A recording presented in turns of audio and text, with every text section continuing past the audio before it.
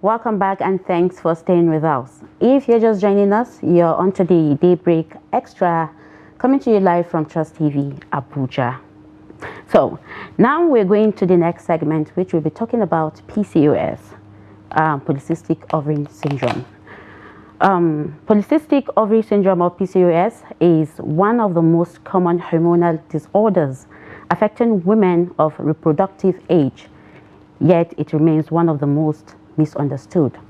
From assumptions that every woman with PCOS is overweight to the belief that having cysts is a must for diagnosis. The myths are plenty and the misinformation widespread.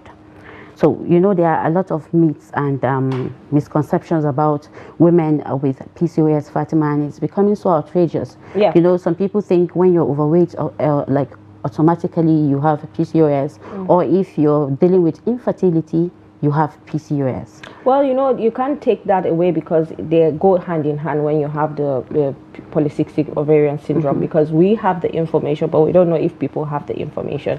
I mean, there are so many things that I didn't understand what it was until I did my own research. But that's why we have a doctor now to talk to us about it. Okay. Well, joining us via Zoom is... joining us via Zoom, like you said, is Dr. Agbor Neji-Ebuta, consultant family physician and vice president of Medical Initiative for Africa. So thank you so much for joining us, doctor. Yeah, good morning. Thank you for having me. Doctor. All right, so doctor, talk to us about PCOS. Well, I mean, you just heard from the introduction that she just read. We know that it's the polycystic ovarian syndrome, but how does it even work? How did we come about polycystic ovarian syndrome? Okay, so just from the word polycystic ovarian syndrome, poly means that there's a lot of whatever it is. Cystic, meaning that there are tiny vessels that are filled with fluid. Then ovary is just maybe ovary, the ovarian organ, which is present in all women. And then syndrome just means a constellation of signs and symptoms. So when you have several signs and several symptoms in a person, it constitutes a syndrome. So deriving from that, polycystic ovarian syndrome was named historically because they were in patients who were defined to have or diagnosed with polycystic ovarian syndrome. They found that they had multiple tiny fluid-filled vesicles called cysts lining the outer component of the ovaries, and that made the ovary polycystic. However, in addition to that, these same patients also had several signs and symptoms, and some of these signs were basically related to the hormonal abnormality. That's why a lot of people tie it up to some form of hormonal imbalance.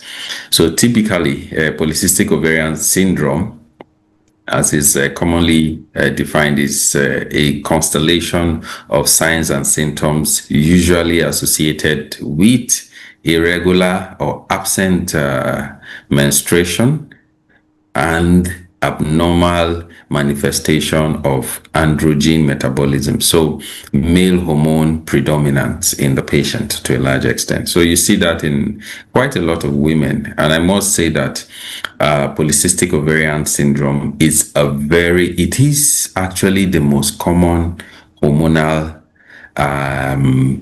condition in women. And it affects as much as between 5 to 15% of the women population, and averaging around 7%. So that's a lot. So and in some populations, the prevalence is as much as 10%. So if you meet 100 women of childbearing age, 10 of them are likely to have polycystic ovarian syndrome. And that makes it the most common hormonal abnormality affecting women. So, doctor, what are some common myths and misconceptions about PCOS you have encountered in your practice? Um, okay, so it has to do with several components. Some people feel that any woman that has a facial hair has PCOS. That is not entirely correct. A lot of women who may have facial hair may have PCOS, but it's not all women who have facial hair that have PCOS. And that misconception has to do with the physical disposition of the woman. A lot of people believe that every obese woman would have PCOS, or if a woman has PCOS, the woman has to be obese. That's not entirely correct. We've seen women who are obese and they have PCOS, and we've seen women who are obese and they don't have PCOS. We've also seen women who have normal body mass index, that means normal body weight, and they actually are diagnosed with polycystic ovarian syndrome. So that's another myth. In addition to that, a lot of people believe that, some people feel that if you have PCOS, you may not be able to give birth. A lot of women who have PCOS are able to give birth unassisted, with no intervention. But a fraction of them will experience some delays and some difficulty in achieving pregnancy. And those are the patients that we typically would want to intervene with some form of hormonal and lifestyle modifications that would increase the chances of ovulation and lead to lipid to a large extent. Yeah. Okay, so doctor, you just said that it's not all women that have facial hair or intense acne, because I've seen the acne that people have been battling with that also has to do with PCOS. But can PCOS be managed with a lifestyle change alone, or is there a medication that is necessary for people to use to manage the situation? Okay, so the management of PCOS is patient-centered. So it depends on the severity of the symptoms. It also depends on the goal of the management. So you may have a lot of patients who have PCOS and they absolutely have no symptoms. These patients are not probably married and they're not interested in childbirth. So some of those patients, you could manage them based on lifestyle, just counseling and no intervention, just following them up and doing some regular tests like blood sugar screenings from time to time. So, but to break it further, people who have PCOS may just have facial hair and that's what's bothering them. So you end up present those kind of patients with skin or dermatological complaints will end up presenting at the dermatology or the skin clinic, where they would have management for hair removal and all of that. A significant percentage of them would have overweight or obesity. So some of those patients will present in a lifestyle clinic where they can be supported with healthy lifestyle choices and interventions that would lead to weight adjustments to more safer ranges. Now, if you have patients who are desirous of pregnancy, they want to get pregnant and they have several attempts and they've been unable to. Now, those patients would typically present in the family medicine clinic or the gynecology clinic, where they would have some form of assistance, some medications that would adjust the hormonal balance and allow them to ovulate and then allow them to get pregnant. You could also have patients who have what we call insulin insensitivity because of the because of the problems associated with the hormonal problems associated with PCOS. A significant percentage of patients with PCOS may have what you call insulin insensitivity, meaning that their body actually produces insulin from the pancreas, but the insulin gets to the fat cells and the muscle cells and is unable to work, is unable to act.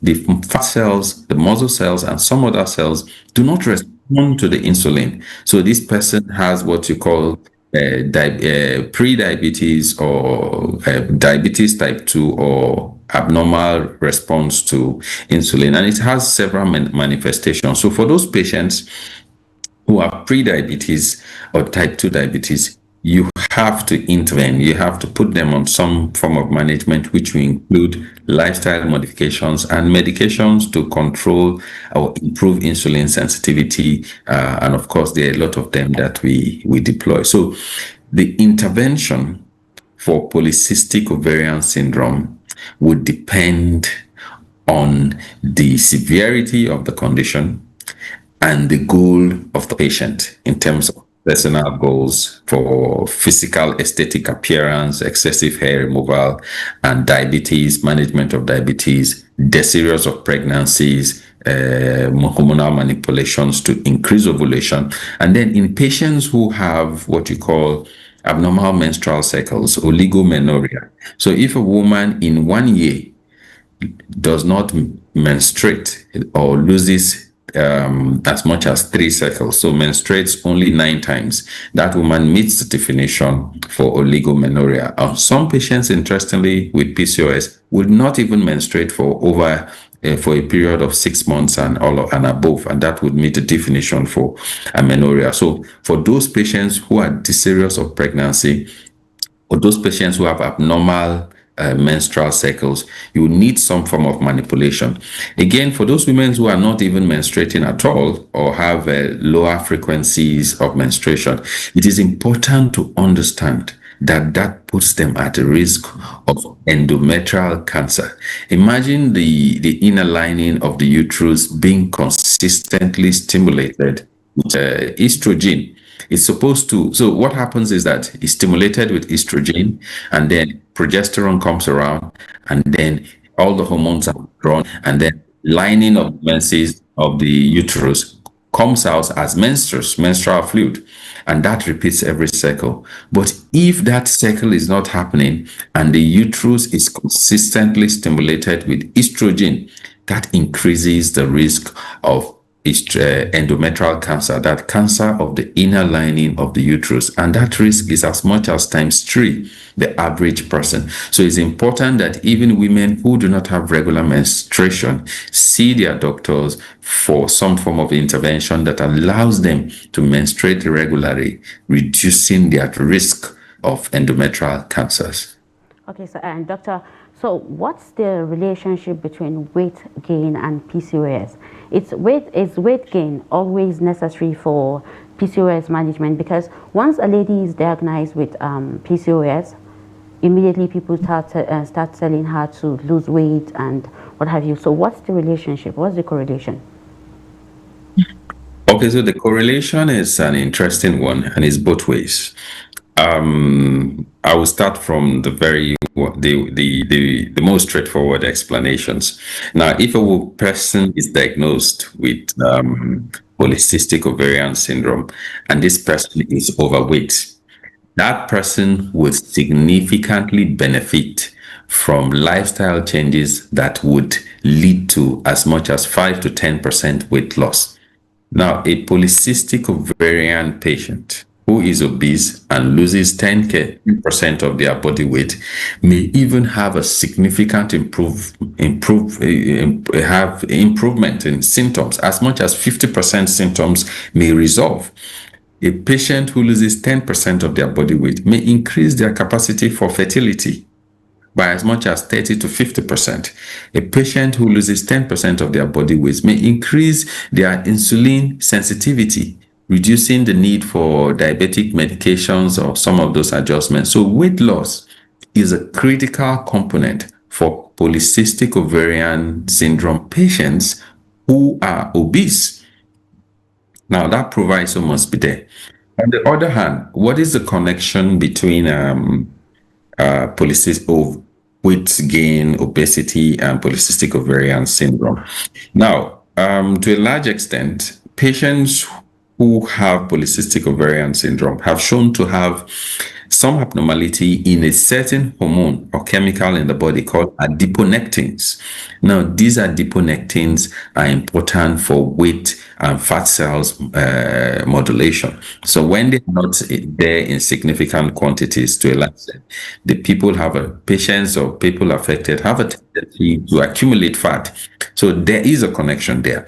And another connection is that the fat cells have the ability to process certain hormones. So the procession of these hormones improve the or adjust the ability of these hormones to act on the body and increase insulin insensitivity. So that is another connection. A third connection has to do with the peripheral conversion of testosterone to estrogen-like hormones, which can go to the uterus, stimulate the inner lining called the endometrium, and further increase the risk of endometrial cancer, and also create an imbalance in the hormonal cycle that totally disrupts the cyclic nature of the menses. So as you can see, the relationship is both direction. One can lead to the other, and the modification of the other by lifestyle weight loss interventions can also reduce the severity of the symptoms from polycystic ovarian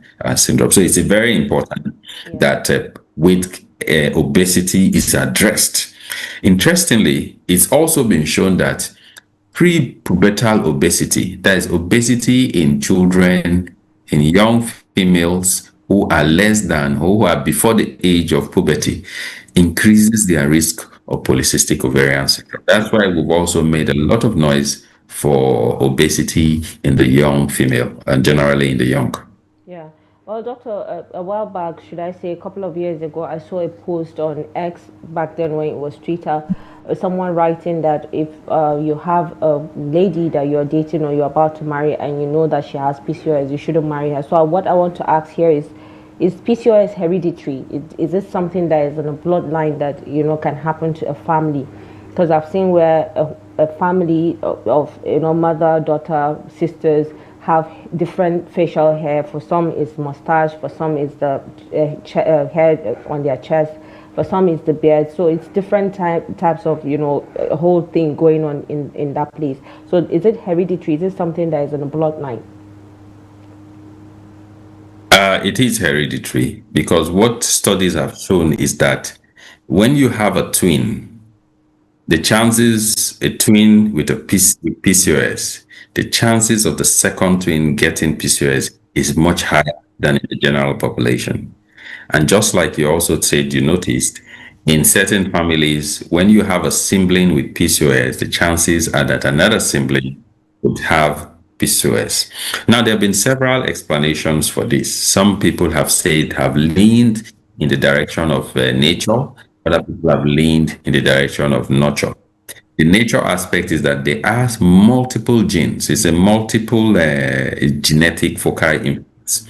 Multiple genes play a role to interact to produce this, but we cannot underestimate the impact of the lifestyle, sedentariness, the type of diet, excessive weight gain in early stage of life as critical factors. But overall, PCOS has been established to be familial. So it runs in families, and chances are that if one person in the family has it, another person higher risk.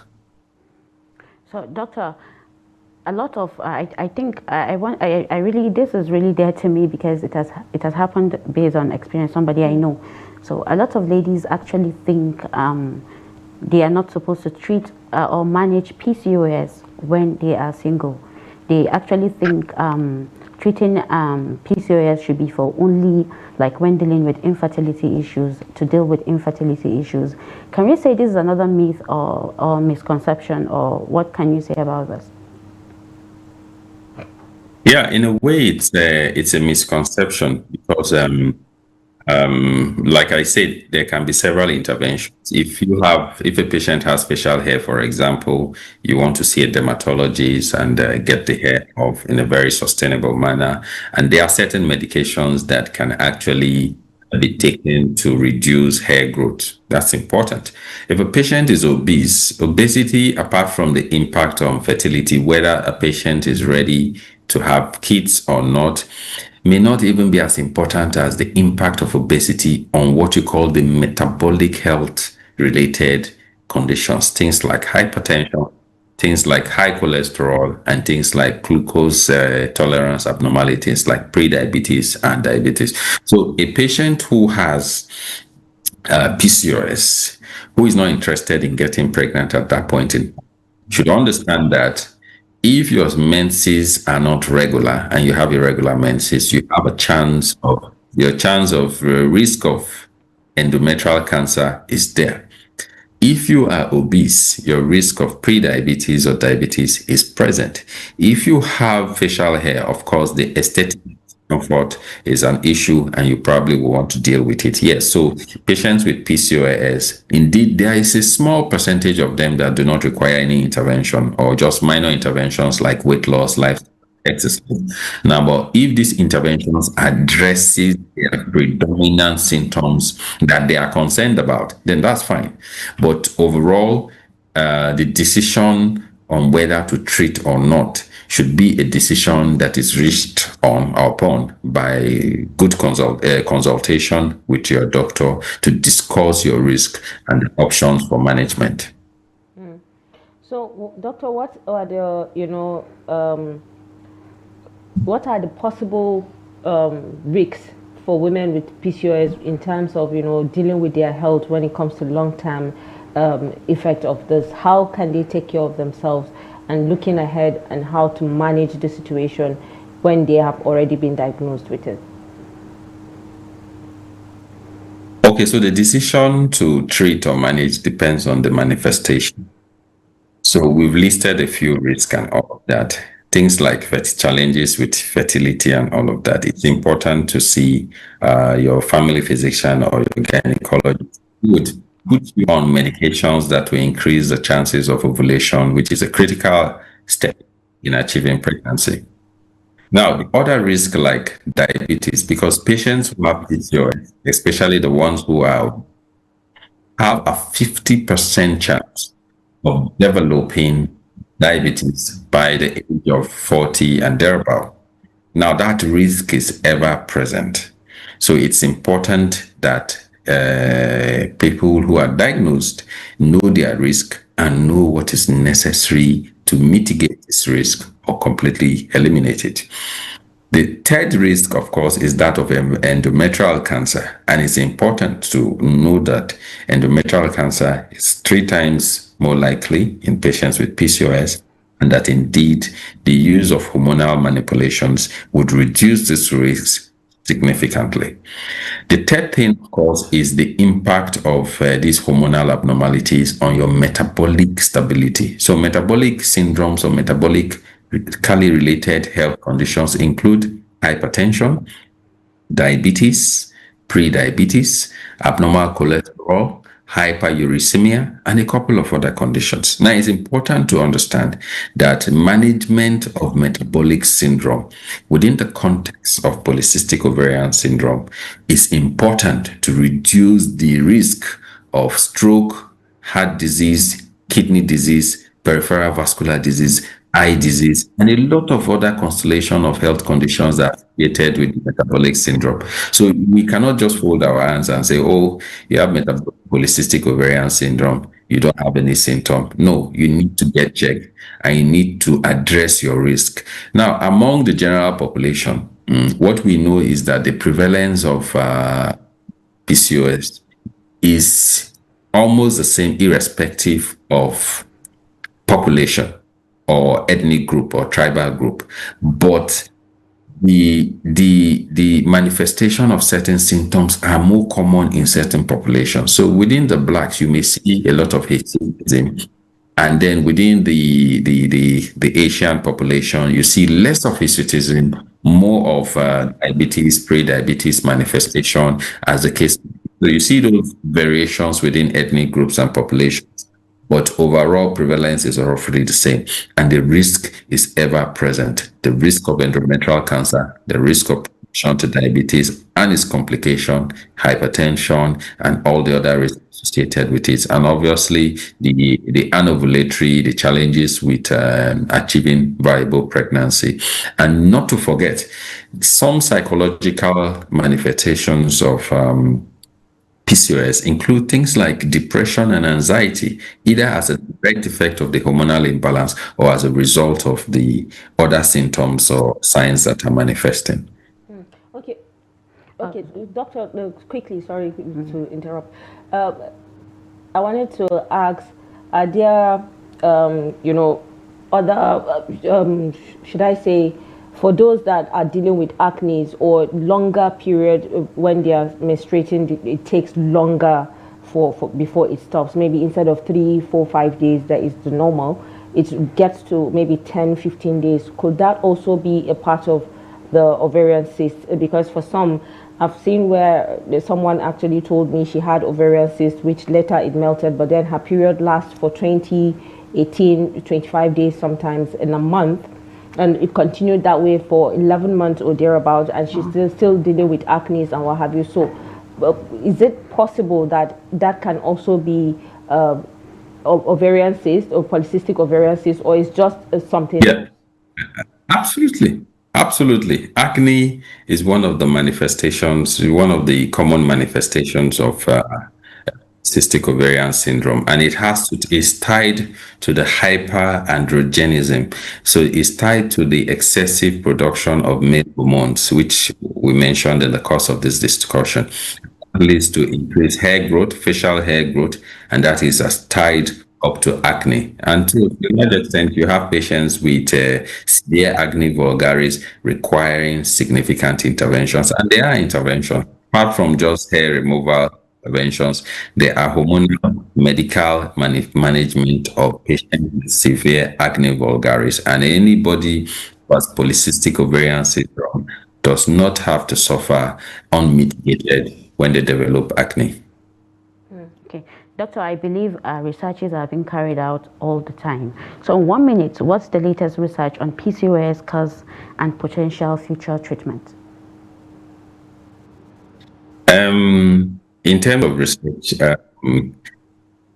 I would want to disappoint you that till this moment we do not know what the precise cause of PCOS is. We do know there are multiple factors and multiple risk factors, as I've highlighted, but we cannot say this is the exact cause. That's number one. So the research is still ongoing on that. With respect to infertility, of course, we've moved on from older drugs to newer and more effective drugs. So we do have more effective drugs that guarantee higher percentages of ovulation. In terms of prevention, in fact, we do know that if you can prevent obesity in pre-pubertal young girls, you reduce the risk of polycystic ovarian syndrome in this population.